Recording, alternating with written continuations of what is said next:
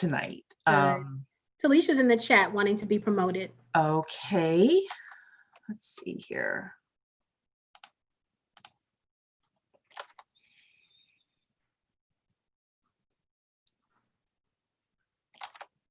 All righty then, it looks like we are streaming live as well. So everybody put your city and state in the chat.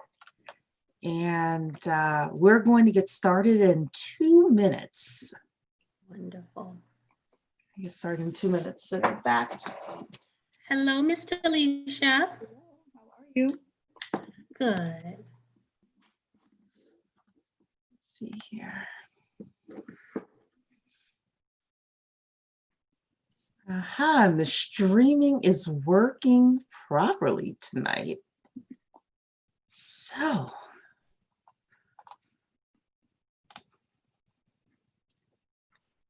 hope I didn't say that too soon. We're still not going into our Facebook groups. I have been having some issues with our restream going to the Facebook group. You're live in both. I'm sorry? You're live in both. Oh, we are. Oh, then I can't see it then. Yep, you're live. For some reason, I can't see it. Okay, well, if you're able to man the chat in there, because I don't know why it's not coming up for me. Okay. And I will, I see it now. But I will man the chat in the Facebook page then, because that is coming up for me. And good evening, Eric. Hey, good evening, Cherie. Everyone, how y'all doing today? Hello. Good, good. Everyone put your city and state in the chat so we can recognize you. We're just getting ourselves set up here. We definitely wouldn't be able to recognize everyone. So I do see on Facebook, I see Detroit in the house.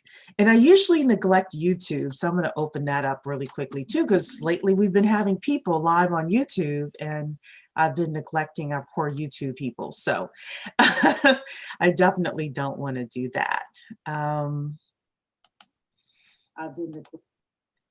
Yeah, so want to say hello to everybody. We have some people watching on YouTube as well, so we want to welcome everyone here tonight in YouTube, on Facebook. In the Zoom, put your city and state in the chat so we can recognize you. We have here San Diego, Kansas City, Missouri, Tampa, West Palm Beach, College Park, Georgia, Stockton, California, Lenaxa, Kansas, Dover, Delaware, Philly, Aisha from Frisco, Texas, San Antonio, Texas, New York, Chicago, Atlanta, Nashville, DC, Detroit, Norwich, Kentucky, sorry, not Kentucky, Connecticut, I'm so sorry. We have here California, we got Delaware, so we want to welcome everyone here tonight. Put a 1 in the chat if you are ready for tonight's conversation. Put a 2 in the chat if you're not really sure what the K-shaped recovery is and where this is going to go, but you're just here to be a part of the conversation. And you can say 1 and 2 as well. So we have Pensacola in YouTube as well. So we want to welcome Pensacola here in YouTube. So got a lot of people saying 1. Great. So you're ready for the evening. Have people been keeping up with the economic news and the recovery? Put a 3 in the chat if you watch a lot of economic news. You watch a lot of CNBC and Bloomberg and places like that. So we do see some 3s in here. We see some 2s. 2s are like, you're not really sure what K-shaped recovery is. Okay, so we have a lot of people who are educated then. I see a lot of 3s in here. I have to admit, I had heard the conversation, but I wasn't really sure what it was until I started digging in. And the more I dug into what K-shaped recovery actually meant, the more like I realized that 10K project was a partial solution And I really didn't even start off with that. I just started off with, I'm seeing this, what does this really mean, etc. So Arthur has a 0 here. So I guess 0 means you're not sure what anything is. We're going to start from the beginning. So don't even worry about it. We have a couple of people on Facebook saying too. Talisha, what do you see in the other Facebook group? How are So people too, responding? so we're definitely in the right spot of having Okay. a conversation. Perfect, perfect. So, well, what I want to do is, first of all, introduce us just very quickly. I'm going to have my other co-founders say who they are. We are going to then talk about what K-shaped recovery means. Like, what does that mean? So everyone is on the same page. I'm going to have another article where we talk about some of the issues with the K-shaped recovery. I could not find any articles about K-shaped recovery directly affected and how it directly affects Black America, which is telling in one way. And it also, is not uncommon. So we're going to have that conversation. I'm going to open it up for my co-founders here. Chessie is saying very dismal for real people. Yes, however, I want to offer a little bit of hope. This evening, the more that I read about it, the more I thought, oh, okay, well, now our mission is, it has more meat to it because of this. So for everyone, hi, I'm Cherie. I always say like the song by Sharia Moore. I am the CEO of the 10K Project. The 10K Project is a community of individuals who want to help build Black wealth. And we do that through income, helping you increase your income, different ways of doing that, assets, generational wealth, entrepreneurship, etc. So, and then we of course have a major announcement, many of you know, of something we've applied for, and we'll talk a little bit more about that as well. So Tawana. Hello, everyone. I'm Tawana Rivers. I'm the Chief Operating and Compliance Officer here at the 10K Project. And thank you guys for sharing your evening with us. Yeah. Talisha. Hello, everyone. I am Talisha Shine. I'm the Chief Technology Officer here. I like to focus on the tech so that we can focus on your dreams and aspirations of building wealth. Perfect. And I've got to get that shade of purple lipstick. Yeah, That it is is nice. gorgeous. Thank you. And Eric. Yes, Eric Spence, Chief Business Development Officer here at the 10K Project, looking for those amazing ideas that our community has historically always generated. And I believe that we're going to look at a Cambrian explosion of even greater ideas coming out over this next shoot. I would say time is coming up now. So looking forward to this. Yeah. So I do want to say one other thing before we get started, and that is I don't have all the answers. I don't know all the solutions. I'm not an economist. None of us on here are economists or financial advisors or anything like that. So also legal note, everything we're saying is for informational and educational purposes only. Please take it as that, but this is also a conversation as well. So be active in the chat. If you have ideas, speak up, let us know what those ideas are, because this is a chance for us to commune and have real conversations with each other so that we can help the community at large. And if you are an economist, join us on the panel. Please. Raise your hand and come on in. Yes, and if you can't do it tonight, please email me info@the10kproject.com, because we will have like a special session where we'll invite you on and you can talk from an economist point of view. And I am going to get Eddie the economist to come on. We have a couple of legal things we're waiting on before we can get him on, but Eddie's going to come. Eddie the economist. That's my mafia name for him. So, all righty then. So let's go through a couple of slides that I have here with regards to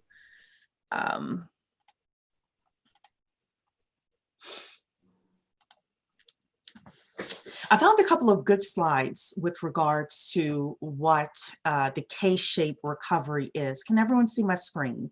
Yes, ma'am. It's big enough. Okay, perfect. So this was something I found from Twitter.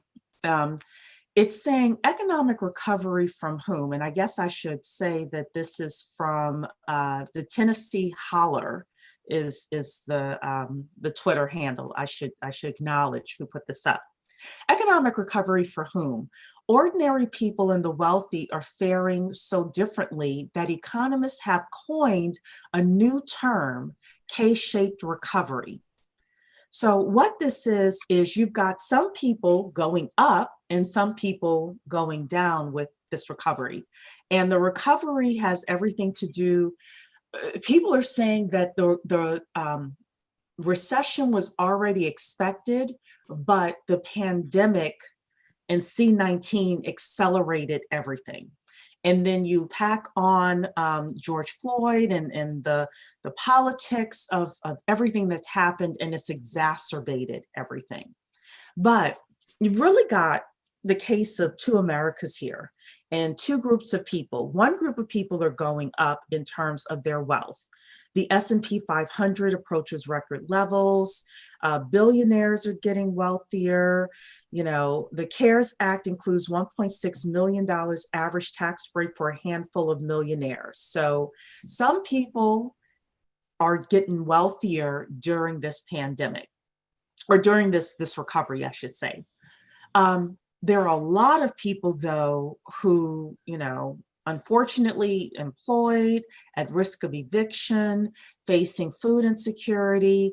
Small businesses are permanently closing. And not only are small businesses permanently closing, but also the employees. I read someplace that was like 30% of small business employees will also be unemployed because of this. You know, some of the additional unemployment that was out there for certain people has expired. The other recovery chart that we see here is that certain industries are recovering very well or have never really skipped a beat. So technology is one of them. Certain types of retail, software services are recovering. Then there are other industries that need major assistance, including travel, entertainment, hospitality, and food services. One of the issues that we have within our community is a lot of our people have jobs or have businesses in the industries that need assistance. And we have, you know, one of the things we'll talk about within the 10K project is we are kind of lopsided with regards to where our businesses are represented. And thus, when certain industries do well, we as a people do very well. And when certain industries need assistance like they do now, we tend to suffer exponentially. I really liked this example too. Let me know if you guys can see this chart here. It says here, you know, with the K-shaped recovery, some people won't skip a beat, like medical supplies, streaming services, e-commerce. They've just gone up, up, up.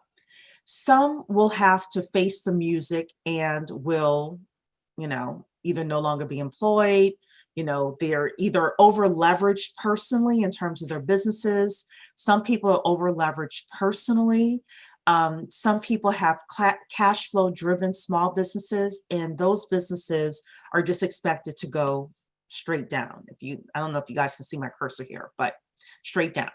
Then some are going up exponentially. Some will get their rhythm back, is what they're saying. Home improvements, certain types of elective surgeries, technology, I think, depending on the technology, some of it may have gone straight up, and some of, you know, are recovering, I should say. And then they're saying here, some will get the blues in terms of airlines, certain types of entertainment. I was watching something about all of the entertainers, our entertainers in particular, that because they're not touring and because they have these 360 deals, for example, and, you know, they are having serious financial pressures because they don't make a lot of money from streaming services, and they aren't touring right now and things like that, which is typically how they get their money. So car sales, I think car sales will eventually bounce back, but it may take some time. So with that, I wanted to open it up to, hey, Dr. Keisha. Want to open it up to the team here just to kind of talk about those 3 different K-shaped recovery graphics and ideas, and get your feedback on that. I mean, one thing that I want to say is, and we've seen this over the course, since March, probably, or since the pandemic really hit, is there's this negative correlation between the performance of the stock market and what's actually happening with really in the economy. The stock market is not an indication of the health of the economy overall, but many people use that, and many government officials, shall we say, do use that as an indicator of the health of the economy, which that's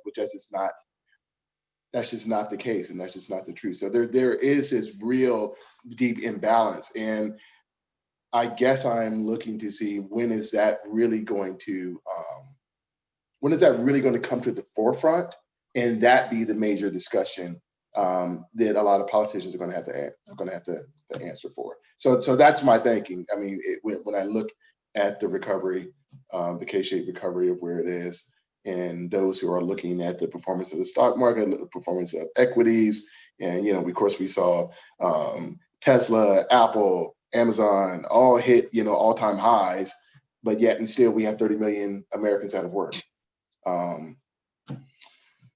So that's just one of the things that I begin to process overall as we begin to walk through this. Yeah, and so Eric, that's a good point. And I think the bottom line is we've got to do something, right? We got to get people back to work. That's the first thing. So with the CARES Act, it was that $600 extra for unemployment. In July, they reduced it to $300. It's still more than people usually received. So there's a population of people that are still very comfortable as a result of getting that extra unemployment money. And it's even a little harder to fill positions right now because you've got that population of people who are, well, I can make more. When you think of the industries that are hit the hardest, that hospitality industry, they can make more still in unemployment than they can working at minimum wage or close to minimum wage. So there's still that's there. But at the end of the day, we've got to get people back to work.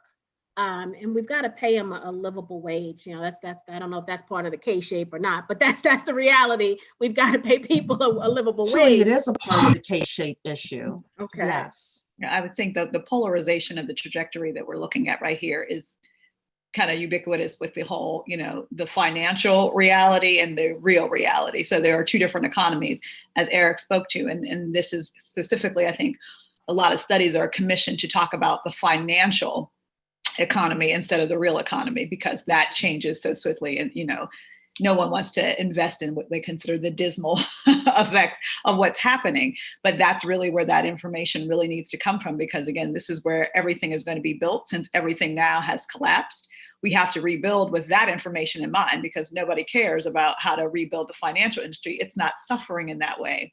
But we do need to rebuild all of the infrastructures. So we're talking about hospitals, education, all the things now that were critical that we kind of saw, we're now like, oh my goodness, what are we going to do? The criticality of them became enormous as COVID hit. But now this is the time where that information would come in really handy of like, how does that happen? How do we rebuild? Because we can't rebuild what we lost.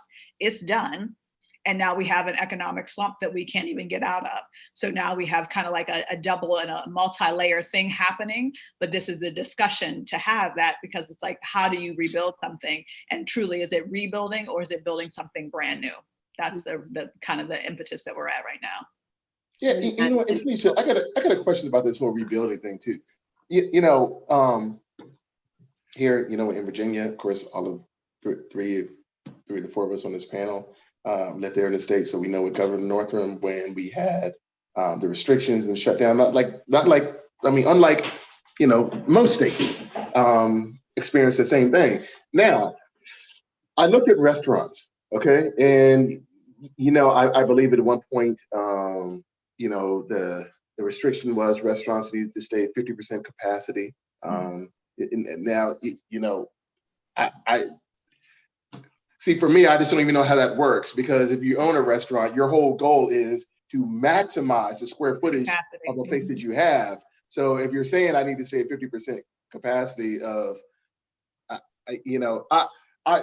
I just like to me, just be really honest. Like, see, I almost feel like that's just like that's almost like kind of a setup, because then what's going to happen is it's almost impossible for me to make those numbers up. And yes, you can say takeout, but let's be honest, like you're not going to be able to make those numbers up. So what we're going to look at is, at some point, we're going to look at the returns for these small businesses of Q3 and Q2 and how much they lost, and how are they then going to make that up. I saw something the other day it was kind of almost mind-blowing to me. I thought it was pretty ingenious, now talking about kind of pivoting. There's a Mexican restaurant that's really popular not too far from me, but I saw like this huge tent over the parking lot. I mean, it looks like a circus tent. You know how that looks? And I was like, oh man, that's weird. But that was their whole way of trying to, okay, I have to reduce the capacity inside, and that needs to be on the outside. But of course, here in Virginia, it's raining all the time and that sort of thing. So that, yeah, like, and Well, but they that was become inventive. I mean, half Right. of people now drive in theaters. I think this is the greatest part about technology. Again, having that pivotal part, having a projector and sitting it on the side of your building, and now charging people to come and watch the movie, but now you serve them food in their cars. How ingenious is that? And also, again, this is where the technology became a really pivotal part. If you could have, maximize your kitchen. A lot of these things had kitchens that were unused or couldn't be used at full capacity, but they could be used collectively.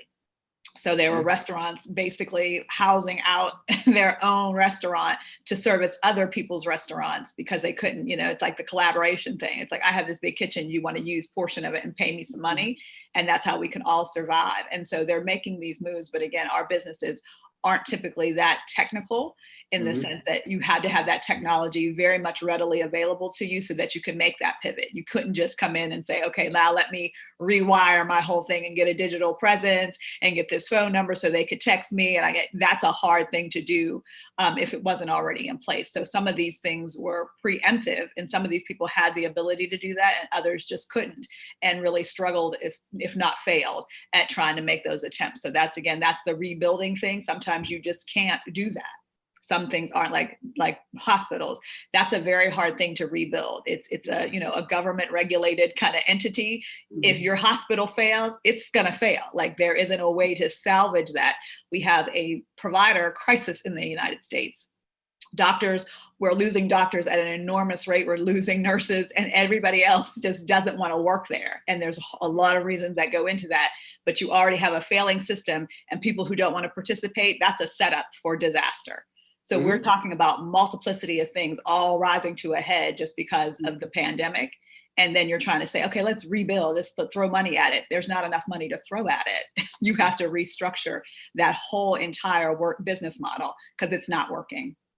That was the piece I wanted to add, that what this time really should do for folks is have us step back and really look at what we really are looking at here, because this is really it. This strips it down. This shines light on all the inequities and all the weak spots. And it's really that time while people are gathering those dollars or what have you, or, being out of work, give some energy to really coming together, like you were just talking about, putting your minds together with people in the industry and rethinking this thing. This is kind of that time.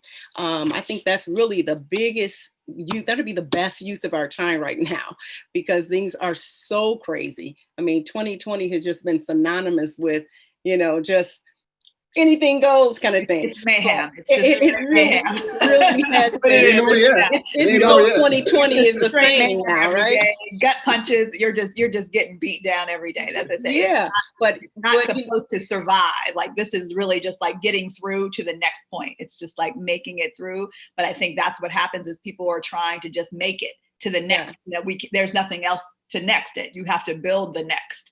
So but to your point, like you were saying, the way to do that is to hold hands, and to collaborative together and yeah. be that, and that's what I'm saying. So that it just would be a lot stronger for everybody to put their ideas together, because like you've mentioned, and like was mentioned in the K setup there, those industries, there's just no way to be strengthened but to get together, merge. I mean, most big companies are merging to keep alive, just to, that's what this time really, I would say, would be well spent for, is to take the problems of these industries and rethink it, to include education. And like you said, a lot of times, while things are so comfortable, even to your point, Eric, while our monetary system is still comfortable, it's not a Venezuela scenario, we just don't think of anything until we are totally, in a place of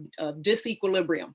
That's where the innovation comes. If people can kind of calm down a bit, because it is bad, but it's only going to get worse if we don't think it through a little better, and put our heads together and bring those diversity of thought together. I was talking to somebody just recently about the brain drain of a lot of companies because they've been pushing out the older people. Well, the older people have a lot of the ideas of the process flows and all that stuff that now we've often talked about can now be digitized, or so just bringing together the people who have knowledge about different things, and all those things coming together in light of the real fact of the matter that we're in, it requires something new. There's no retrofitting, there's no going back. It's time for this to do something new. So that would. So let me ask this. Mm-hmm. Bring it, Lynn, let's loop it back to first of all, I love the fact that we kind of talked a little bit about what the government should do, but I hear a lot of CNBC and all of these places talking about the government. And what I love about us is we talk about the ground up. Like, yes. What do we need to do from the ground up, like all of us, and what Dr. Mm-hmm. Keisha said and what Talisha said in terms of entrepreneurs coming together, companies coming together, etc. And what we're talking about doing with, we have to say if and when we are approved by the SEC and FINRA, or if we're approved by the SEC and FINRA, really being strategic about the types of companies that the crowd, the investors, would want to take a look at, and looking, in terms of what Talisha is saying, looking at, okay, what are you doing so that we know that the pandemic was like this wake-up call, but there are going to be other wake-up calls coming through. One of the things I read about in one of the numerous articles were the fact that workers in restaurants are going to be replaced by robots. Then what is the workforce going to do? Then what are people going to do? And how can we get 5 years ahead of where we are now, which right now, most of our businesses are 5 to 10 years behind. What do we need to do in order to get ahead of, the curve, so that because we know this is when something else happens, when we're looking at that our businesses are going up like Jeff Bezos and these other guys, instead of us looking at this, we're going down.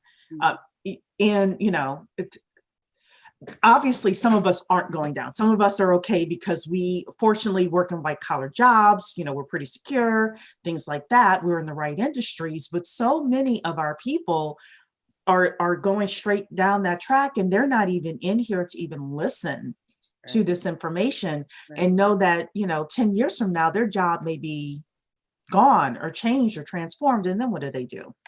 And you know what, you're really speaking to exactly what is needed. you know, because the way our algorithms work with our computers and whatnot, if you're looking up whatever it is you're looking up, that is the train of information that you get fed to you. That's the way the algorithms work.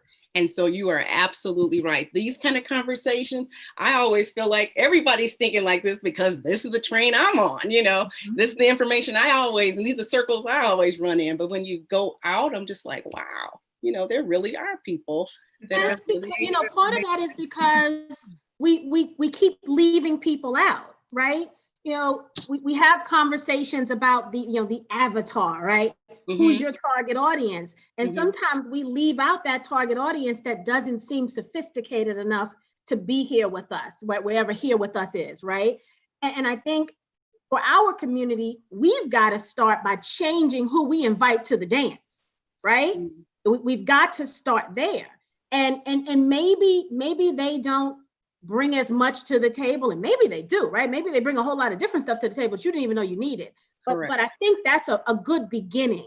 And that doesn't happen often. We look at a certain tax bracket, we look at a certain career path that they're on. You know, invite the person who's on public assistance. That's right. There's some value that we can gain, you know, from that group. And so when we can have the conversation at that level, we have a better chance of bringing everybody up. Because Dr. Keisha, you're right. The people that need to hear this conversation are probably not in here. We saw the numbers, right? We saw very few zeros of people who didn't have a clue what everything was. And so the people that we're talking to now, we're all kind of somewhat in the know. I was having a conversation this week or last week with a friend of mine who has a small business, a restaurant. And he was very, you know, discouraged. And I said, he kept talking about, you know, can't wait till things get back to normal. And I was like, dude, normal is never coming back. Like, it's not a thing, right? So you need to either decide you're going to close this business, or you need to figure out what your new normal is going to be, and then think ahead from that. But you're waiting for the restaurants to come back to full, you know, you're waiting for 6 feet to come apart. So because he's got very small restaurant space. So 6 feet distance in tables for him is like 5 tables, right? And so it's like, you've got to figure out a new plan. You may want to start with a new space, right? This space is not conducive to post-COVID reality. And so even that level of kind of, you know, reality hitting, and he kind of looked at me, he was irritated a little, which I bet he was. I get that a lot, but he was somewhat irritated, but he kind of looked at me like, damn, you know, you might be right. It wasn't good news, but he needed someone to say it. I think business owners need to hear it straight. New normal is where it's at. Regular normal, old normal, not a thing, right? Yeah. Start to rethink what these businesses can be. They still have potential. And then again, we talked about this over and over again. For our community, we have to start supporting each other, right? So that small mom and pop business can survive a little longer until they figure out a long-term plan. We've got to support ourselves in this community. Yeah. You know, can I add one thing? Because Talisha has always been saying this from day one, that every business is a tech business. Every business is in technology. She's been saying that since day one. And you know what? And it's funny. I'm sure people previously, you know, who were in the restaurant business were like, what are you talking about? No, I'm not. But you know what? When that happened, if you didn't have DoorDash or, you know, or whatever, like what happened, like you were just completely like cut out, right? For the most part. But look at what that did of you then being able to leverage technology, you know, for your business. And that's one thing I will say. No matter what any business or anyone's starting, I do think that they absolutely have to consider how can they then leverage technology, leverage the things that are already out, and then incorporate and integrate those things already from the very beginning. You don't always, I mean, yes, you can retrofit, but there are ways to already integrate that from the very beginning. Well, I would say so we're not even leverage. I'm going to just tag on that little. It's not even leveraging, because that means that it's almost like a, you know, optional. It's no longer optional. It has to be foundational to your business for it to run. Everything now has to have a technical presence, you know, from your POS system to how your customer intake is doing. Any portion of your business is going to have a technical component. And if you have none, this is where you're going to be shut out of anything. Even if this didn't happen, you're going to be made obsolete just because everybody around you can do something that you can't. So those are the kind of things that I think we've been talking about it in the sense like, okay, we just ramp yourself up. It's like now you're at base level. Let's try something new, build it from the bottom up, build something brand new that has tech at the core, and build on top of that. I agree. You know, So, but I'm sorry, Cherie, let me slip this in too. I know another thing that I often say is everything old becomes new again. In light of all this tech, you know, maybe the pivot for somebody might be that they know their community so well that they are able to you know, meet needs kind of person to person almost, you know, or just, you know, find some kind of human touch thing that is, you know, definitely that would, you know, really would stand out outside of all this robotics and this, that, the other, that is, you know, definitely real and definitely is coming and will be the next wave that will put people out of work. So there's that reskilling and the rethinking that has to take place.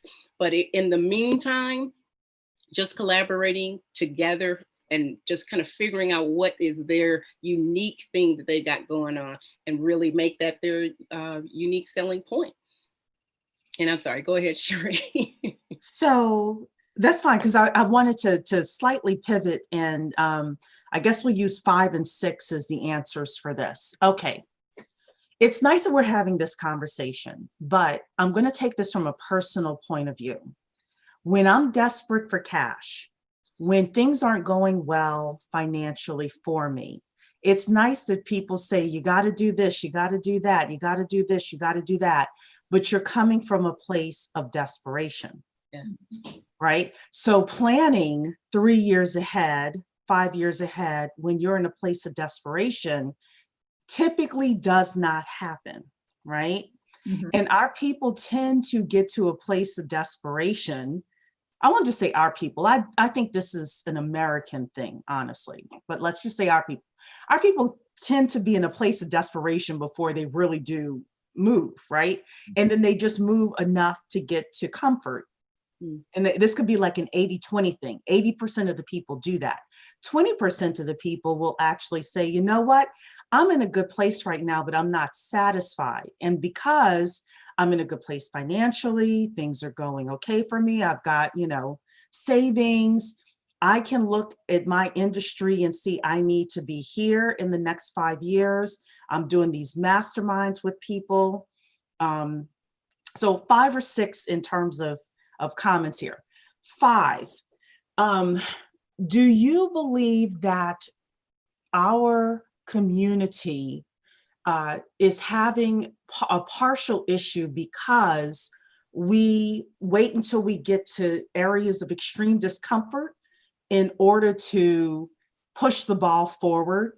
Or B, do you believe that it's a lack of capital? Or sorry, 6. 6, do you believe it's a lack of capital only that's causing us to not push the ball forward? Or 7, if you think it's something else, let us know what you think. I'm going to put it like as a, you know, a 5 point something. Always a 5.5.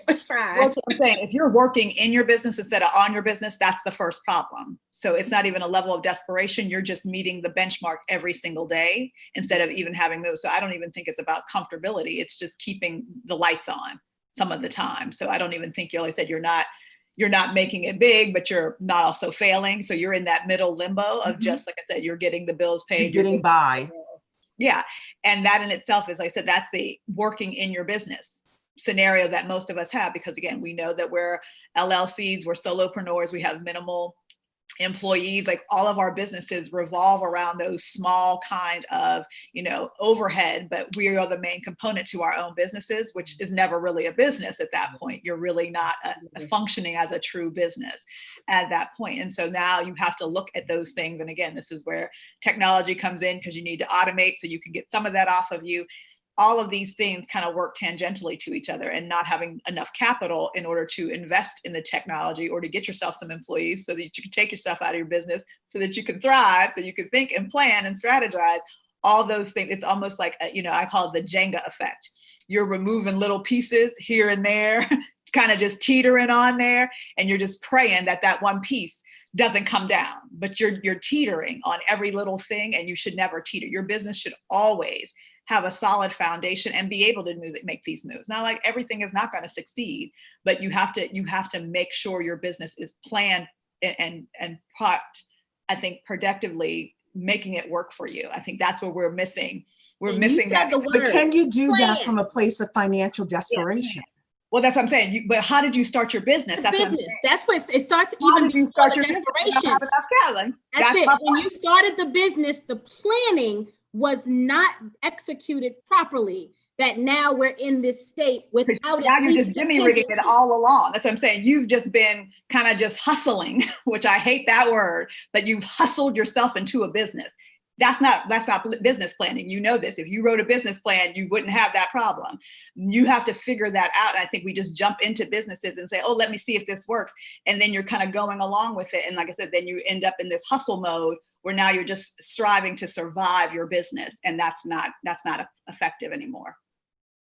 And I do want to Okay, say, all right, hold on, before we go on, I do also want to say that it's not just your business, it's also your career, because not everybody is a business owner. It's also your investment plan as well. Because, you know, some of you may be looking at this from working on your investment plan and on your wealth plan, working on your career, you know, moving from one industry to another. So it's not just business. And I do want to make sure I said that. And looking 5 years ahead is very intimidating, very overwhelming. So maybe, you know, make smaller bite sizes to that, right? So maybe it's a year ahead, maybe it's 6 months in advance. Next quarter. Yeah, next quarter. But that 5 to 6 years in advance it's intimidating just thinking about that if you're already underwater. All right. Okay, I got a little bit of pushback on this. And here's where I come from with this. That sounds good, 5 years of it. But last time I checked, when we had this shutdown, I saw a whole bunch of businesses, AMC, Nordstrom, going out of business nonstop. Okay, so what's the deal with that? Because I saw a whole bunch of corporations billing for a bailout. So what happened with that? Yeah, I think we assume that they do well, but they're not doing well either. Say, when anybody and they have assets. What's up with the airlines? The airlines got assets. They got planes. And I saw all of them come to the table saying that they need to get bailed out. They only had a month shut down, and then they were acting like I have no money. Like, how does that work? How is that? Like, how do you expect a black business to do it and they didn't do it? The fallacy of what we're living in, I think, and that again goes back to that normal. There was no such thing as normal. Everybody was jimmy rigging everything, and it just looked really good. Everybody was shopping for the gram. Everybody, and nobody had it. And so when it came up for call, like it was like, okay, shut up or put out, and like everybody was like, yeah. I have to push back on you. There's one company that does have it that I've heard of. Actually, two. One is Warren Buffett. Warren Buffett is sitting on how much cash, right? 150 million of. Well, he's not a business. He's the outlier. Another that I actually, when I was doing research for this K-shape thing today, is this company called Blackstone. So in the last recession in 2008, they had cash at that point, and they started buying up distressed houses. And lo and behold, when the houses went up, they, you know, in 2012, 2013, 2015, 2017, I don't know what happened, if they sold it, whatever, but now this company is flush with cash again. And what are they going to do? They're going to go and buy up everything again. One thing that happens in our community is we tend to buy high and sell low. Yeah. And we don't have the cash to make it and weather it through the storms. And the people who are ultra rich, the companies that do really well, they are flush with cash right now.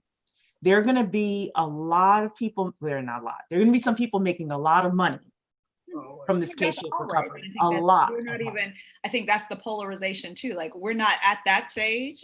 You know, there are people who are going to survive and make much more money. Like that's a given. And we see that's the part of the K that goes straight up. It is perpendicular to that line. Those people are going to survive because they're going to have a lot of different assets, a lot of different income streams, and that's going to help them maneuver through this. It's really that concentration that kind of pushes off to the side. Like, where are you going? The minute that you are off of that vertical, that's going to tell you where and how you have to operate. And again, if you're struggling to survive whatever has impacted you, now you're not even looking at how I can go up and down. Now you're just trying to make that equilibrium for yourself. You're trying to create a homeostasis, again, the survival tactic. And this is never going to work. You're never going to survive. I've been in business for 20 years kind of thing on surviving. You had to either make a profit, you have to have some kind of longevity of thriving to make it in a business or even in a career. If you're doing something and you're not, moving in the direction that you want to or getting your pay increases, that too is going to stifle you in what you can do. If your 401k isn't going to be okay, we don't know if we're getting Social Security now. There are things that impact us that we have to be preemptive about and proactive about in order to kind of save off of these things. But that's why I think it's important to have conversations. Because when you're in a bubble, it may feel protected. It may feel good. Like you said, you had to talk to a business owner who was very uncomfortable about his fate, but you have to have those uncomfortable conversations to do better. It's only then do you feel like, okay, I can do something, because if you don't do anything, you're just kind of at the will of it's just going to be horrible and, devastating to you in every capacity. And it does need to deal sensitively. I don't think you just go in, oh, you're going to fail if you don't do it. That's not ever going to help anybody either. But I do think it's critical to have the conversations of how the impact is happening, why, and what you can do. Don't be the failed person who just, oh, it's just doomed. We have to have solutions and talk about the solutions as that, I know where you are, but there's a big but here. And now we could discuss how you want to move. Maybe your operation is no longer that type of restaurant. Maybe it's a true takeout. Maybe it is a ghost kitchen. Maybe there's so many. We said, what we talked, we actually, at the end of the conversation, we kind of brainstormed. It was like, maybe it becomes a food truck and you meet the people where they are. It's exactly. Outside, maybe it's home delivery because there's that, maybe it's a combination of all of that. Maybe it's a bigger space. As I said, everybody wants food prep. So I'd like to talk about a solution, and that is the 10K project. I'm just going to do a quick plug for us at the 10K project here. This is our website here, which is new, revised. It is back up for anyone who is not a member of the 10K project. We are talking about creating solutions from the ground up. And all I want you to do, if you're not a member of the 10K project, is come to the 10kproject.com and check out some of the upcoming events. Whether you're an entrepreneur, an investor, you have a career, we have members events that are for you when it comes to us putting our heads together and coming up with solutions that can help. So anything from tomorrow, we have a gentleman coming to talk about if you have a startup company and you need to split equity, what's the best way to do it, or a way to do it is his methodology of doing it. When you don't know if the person that you're going in with is really going to do 50-50 work or not, this is the person. He has a company or a method called Slicing Pie. We want to invite you to that tomorrow at 1 o'clock. Tomorrow afternoon or evening, 7:30, Talisha and I are coming back to talk with the community about emerging technology, anything from artificial intelligence, Internet of Things, quantum computing, the careers that are happening, the businesses that are going to be started, how your life is going to change as a consumer. If you're a member, you're able to attend that. If you're not a member, you're able to come to the 10K project, one-time payment of $100 to become a member. We also have financial literacy for teens for our members as well. A woman named Vicki Franklin is coming on Thursday at 7:30 to talk with us. If you have teenagers in your house, you're welcome to invite them. If they are over the age of 18 to 25, we want them in the building. So if you have to send them a Zoom link, please do so, because we care about our kids and our teens here. So that's happening as well.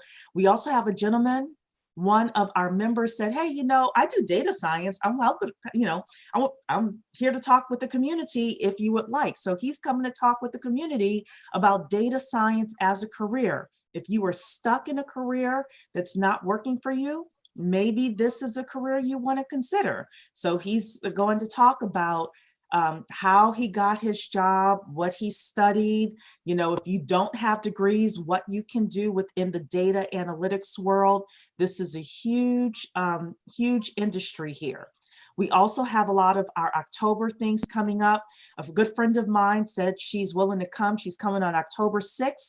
If you've ever wanted to start a facility management business, my friend is coming. She owned one for a couple of decades. She's coming to talk about how to start a facility management business. You want to do technology, we've got super lean startups. If you want to invest in hotels, we have a woman coming on October 16th to talk about that for our members only. We also have a lot of topics here for the general public as well. Next week, we're going to talk about making money during the holidays. If you want to make more money during Christmas and Kwanzaa, you know, that's going to be open to the public. All I wanted to do was to be able to say, look, no excuses.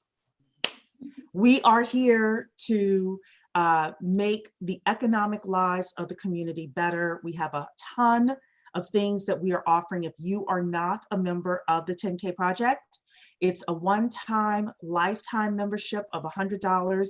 Come to the10kproject.com. And then we also are applying with the SEC and FINRA to become something called an equity crowdfunding portal. So basically what happens with equity crowdfunding is it's regulated by the Securities and Exchange Commission and FINRA. So we are working right now with an attorney applying for that license. And then if we are granted that license, then what we're able to do is say to the community, hey, let's get together, have you as investors be able to, you know, look at certain companies that are coming on the platform or the portal. They will be Black-owned businesses from various industries. You will be able to hear the pitch, similar to a Shark Tank style pitch. We call them Bet on Black pitch. You'll be able to read the business plan. You'll be able to look at the company's financials. And you as an individual will be able to say, yes, I like that business, or no, that business is not for me. It's not going to work with my portfolio. And then if the company does really well and you get a return on investment, then great. If not, then you've only lost the money that you have put into that company. So what the 10K Project is looking forward to, again, if we are approved by the SEC and FINRA, is to be the solution, not just with, you know, thought and thought leadership here, but also with a strategy to help the community. And for legal purposes, we cannot guarantee that we are going to get approved by the SEC and FINRA. So we hope that the $100 and all the knowledge that is being given to you is going to be like really great for you and the reason that you come on board. If it's for the equity crowdfunding, we have to say legally, we cannot guarantee that we are going to get approved. So, but I wanted to open that invitation up to everybody, the10kproject.com. We have a lot of great members only and public webinars happening, and you can let your family and friends know. The10kproject.com, come and check out the calendar of events and see what we are talking about here. So, did I forget anything, Tawana? Tawana is our compliance person. You covered everything. All right. I'm getting better at that then. Okay, good. So, all righty then. So next point of conversation. I honestly don't have anything else. So did someone else up here? I know we had a couple of great comments in the chat. I would say, But there's a lot of Talisha, comments Eric, in there. Dr. Keisha, So go to the chat because there's a whole lot of. there's a lot of comments in there. Yeah. So we. Yeah, I mean, those comments are fantastic. I mean, Yeah. So I mean, I can read some of the comments. yes. I just Read wanted them. to make sure that. Yep, we're good. Okay. So I'm going to start with this one here. Courtney said, most of the businesses I know struggle because they can't grow. They can't grow without capital. They don't need loans. They need capital. The whole market is built off the idea of accountability to shareholders. Make the community the shareholders. Lawrence is saying, we need to create a list of everyone's needs and wants and what we all purchase, then assign a sign-up list for those products that need to be created by us. That is something we're actually talking with the economists about. So, so I guess I should let everyone know, if you're new here, we've hired a gentleman named Eddie Gray, and he is in the PhD program at Howard, and he has an economics background and is studying to be a PhD in economics. And he showed us something called leakage within the community. So the idea is that if you've ever heard, the Asian community has their, holds on to a dollar like 28 days. And the Black community holds on to a dollar anywhere from 6 hours to 8 hours, depending on what study you're listening to, right? Even if we, as people, do business with another Black business, if that business has to then do business, get their supplies from someone who is not Black, that's called leakage. We have a 98% leakage in the Black community. So what Eddie and Tawana and Talisha and I and another woman named Monique are working on is a report that says, here's how we can reduce leakage over the next 25 years. We're looking at a generation. And we are going to come out with that report if and when we are approved by the SEC and FINRA. So our attorney suggested that we hold off on releasing the report. But the report's going to have a lot of great things in it with regards to our strategy of how we move forward as the 10K project. So thank you so much, Lawrence, for that comment. Evelyn said, pivot or perish. I love that. That should be a shirt. Evelyn, you need to make that a shirt. That's a great. Ali is saying, yes, even the big chains didn't need DoorDash, et cetera, is using them now. They had to get with the program. Yeah. Let's see here. We had more really great comments. I'm just kind of bouncing around here. Too many of us have wrong relationships with money and the purpose of wealth, and it's more mindset than anything else. I think it's mindset. I also think it's a little bit of opportunity as well, and being in groups like this. There's a saying that your network determines your net worth. And I do think that that's true. And I say something to my blockchain group all the time, and I'll say to all of you, and I'll start preaching it. It's not what you know, and it's not who you know, it's who knows you. So the reason that I did well as a business plan writer, it wasn't that I knew a lot of people. It was that a lot of people knew that I was a business plan writer. And I was most of the time the only business plan writer, grant writer that they knew. So they're like, Cherie, like if I said, no, I'm busy, blah, blah, blah, they're like, please do it. I don't know anybody else, and you want to be like that within your career. So, Courtney's saying, emphasizing customer service, which is a must, tech implementation, heightened marketing online and offline, and creative ways to engage. Also build a COVID-19 buffer into it, because some level of that will be with us always. There will always be a lot of viruses out there. Very true. Very true. Kim Hunter is saying, I have often noticed that many Black households are the bank. Earned income is the bank and becomes the lending instrument to other families, especially in a situation. That is true. Interesting. Blackstone does a lot of M&As, and somebody said here, yeah, Debbie, Blackstone and those types of hedge funds prey on our neighborhoods. Very true. Very, very true. They prey on our neighborhoods. They did it in 2008 and they're doing it again. But here's the thing, they were prepared. They were prepared in 2008. They are prepared now. And I will say one thing, I learned some valuable lessons from 2008 that have put me in a better financial position for what's coming and what's forthcoming.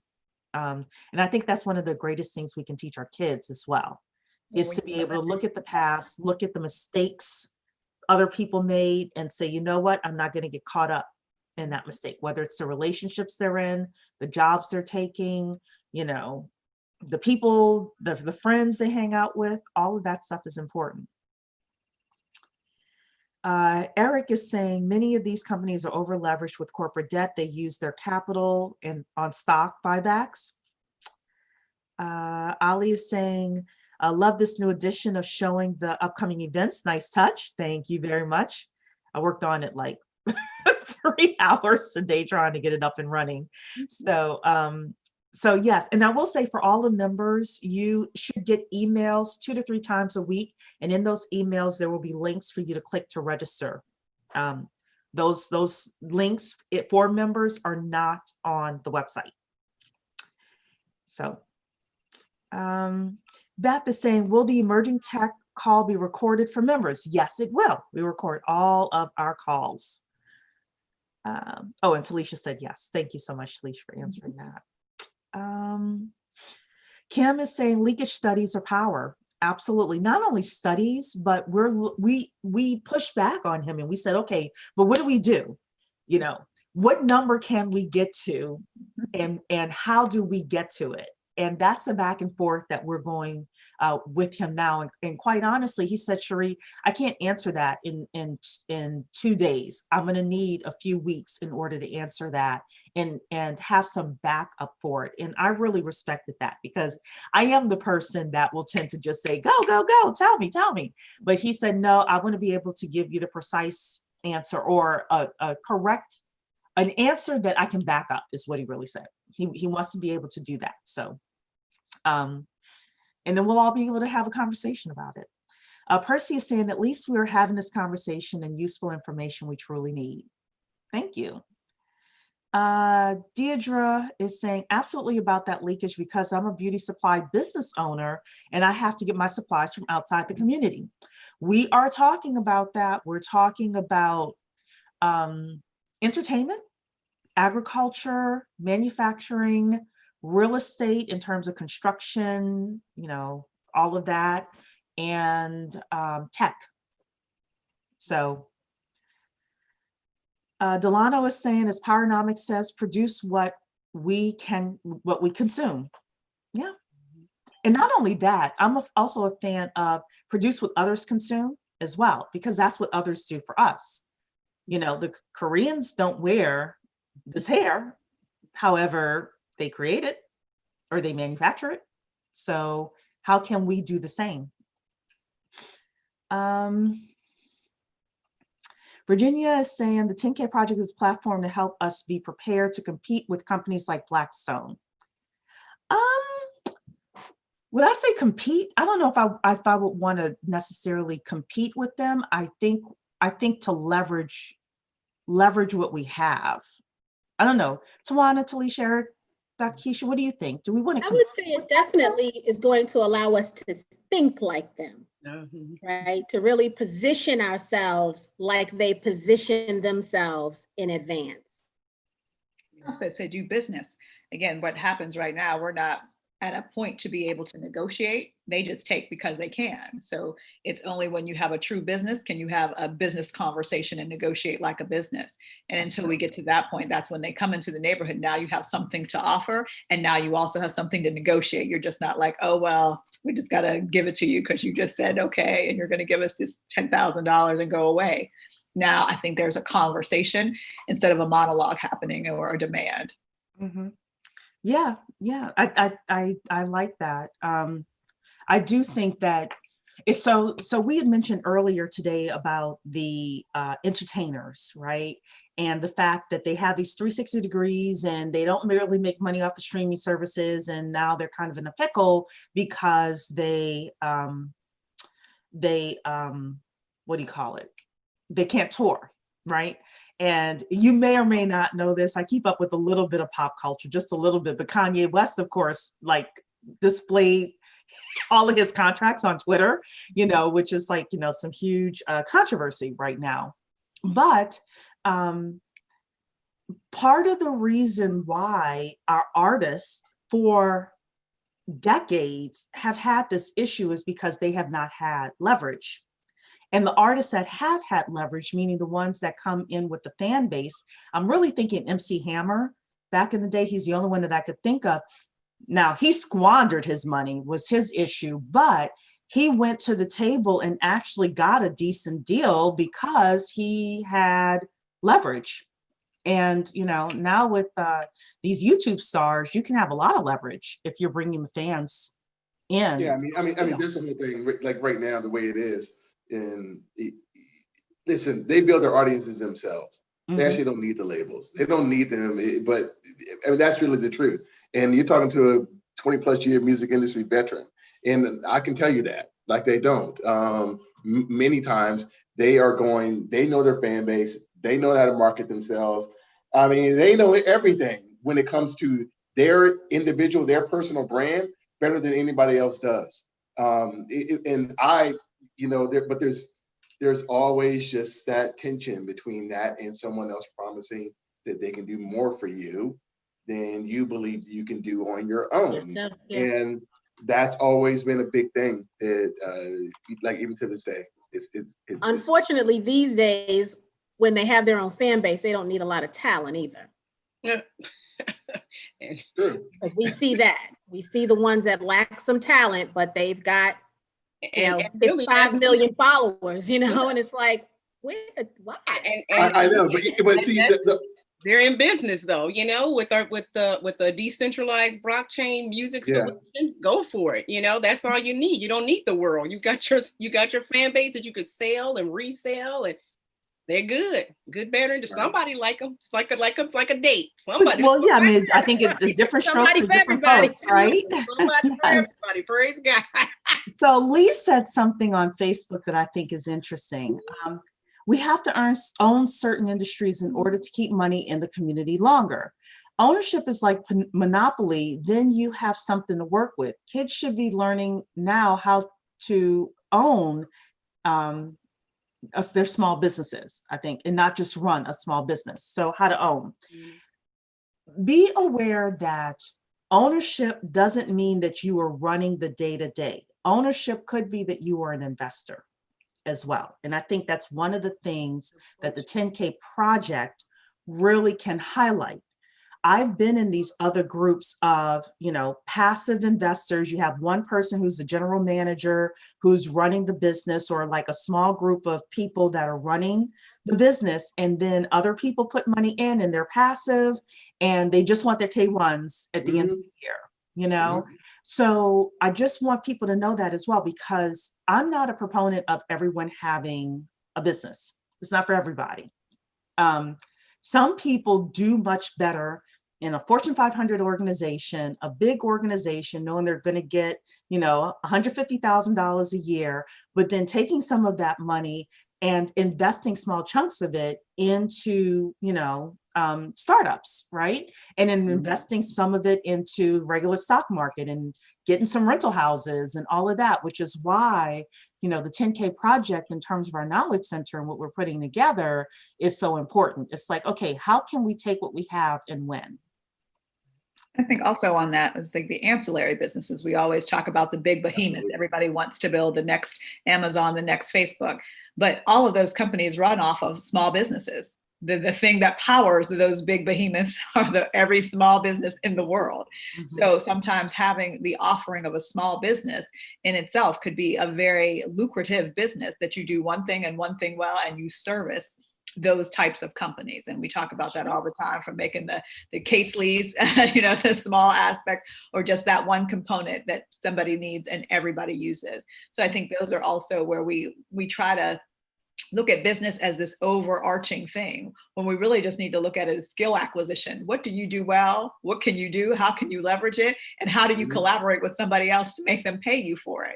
That's really what we need to start having those conversations, instead of saying, make a business, because make a business to most people means have a brick and mortar store and have, finance. That's not a business. People are making money every single day from the comfort of their homes, having sales funnels and this and that, and throwing up a course and calling it a day. So we need to just have a different structure to what the word business means. And really, like I said, where are you leveraging your skill is the question that I think we need to ask not only our young people, but ourselves. What do you do well? And how do you monetize that? That's the question of the hour. Absolutely. So with that, unless anyone else has anything else, I'm going to bid everyone adieu. We went over by a few minutes, but I think tonight was a great conversation. Great. Does anyone else have anything else up here? We had some great comments as well on Facebook, on YouTube, in the chat here. We want to thank you so much. Please start checking out our calendar of events at the10kproject.com. You can check out our calendar of events, sign up for the things that interest you. And Tawana, yes. If you are a member and you have not yet filled out the Google form with your address to get your mask, please do so. Founding members only. Members only, correct. If you are already Founding a members. founding member, yeah, if you're a founding member, sorry, if you're a founding member, Yes. that for those first 1,000 people. Yeah, I'm If you about to haven't start already- texting people to fill out that Google form, because Tawana is going to have a whole lot of masks that she does not want in her living room unless we do that. So I'm about to start Yeah, texting. I think we've only got, we got as of over noon today, I think it was like 380 as of noon. I Yes, think it's a Sarah, little bit we've more already now. fulfilled the founding members at this point. We've already reached our 1,000. So Yes. you can't do anything at this point. It was just the first 1,000 that. Oh, how do you know if you're a First 1,000. founding member? So that, I think that's the question. You will know because, okay, so I've been sending emails for the past 2 weeks, and the first thing it says is founding member gifts. If you receive that email from me, then you're a founding member. If you have not received that email from me, check your spam to make sure it's not in there. And if you still have not received that email from me, you are unfortunately not a founding member. Okay. Have you shipped any at this point? I've only shipped Cherie's box so far, but I wish I could turn the laptop around, but I'm all plugged in. I've been stuffing envelopes and so I stuffed last night. I stuffed the 380. And then today I've been putting the labels on. So I made the label, the return labels and the address labels. And so that's what I'm doing. So tomorrow, I'm gonna finish that tonight. So I'm gonna get all 380 done this evening. And I hope to go to the post office tomorrow. So that's my plan, but they'll be out this week for sure. If I don't make the post office tomorrow, You I'll already definitely have make my it this week. address. You should. I have all of your addresses. I have not yet fulfilled your envelopes, but I will, and it will go out. So we can show You got up. my address. I'm just saying. Yes. You got my So I will government say- name, my social security. You I got have all the things. I will Yeah. get you your You bag. do. I So will I will give you say her one info thing. if that makes any difference to get her mask. I will say one thing before we go. The post office, when I say is really slow, from mail getting from Virginia to Maryland is taking close to a week. So please, if you don't get your founding member gift right away, please give it 2 weeks, and just give the post office a chance, because We are they working on the slow. t-shirt. So we're working very diligently on getting those t-shirts. We're gonna get you your t-shirts. Yes, I want a yes. t-shirt too, so don't Yeah, worry. We all want I think, t-shirts. we have 3 names from the community from last week of people who do t-shirts. So I'll be reaching out when I finish with the mask. I'll focus on the t-shirt. Everybody can get a t-shirt. You don't have to be a founder or anything. It's just Correct. Yes, you'll be able to get a t-shirt. Yes. So, all right. Thank you, everybody. Thank you. I hope you have a great evening, and we'll see you in another webinar. Take care. Good Night. night. Everybody.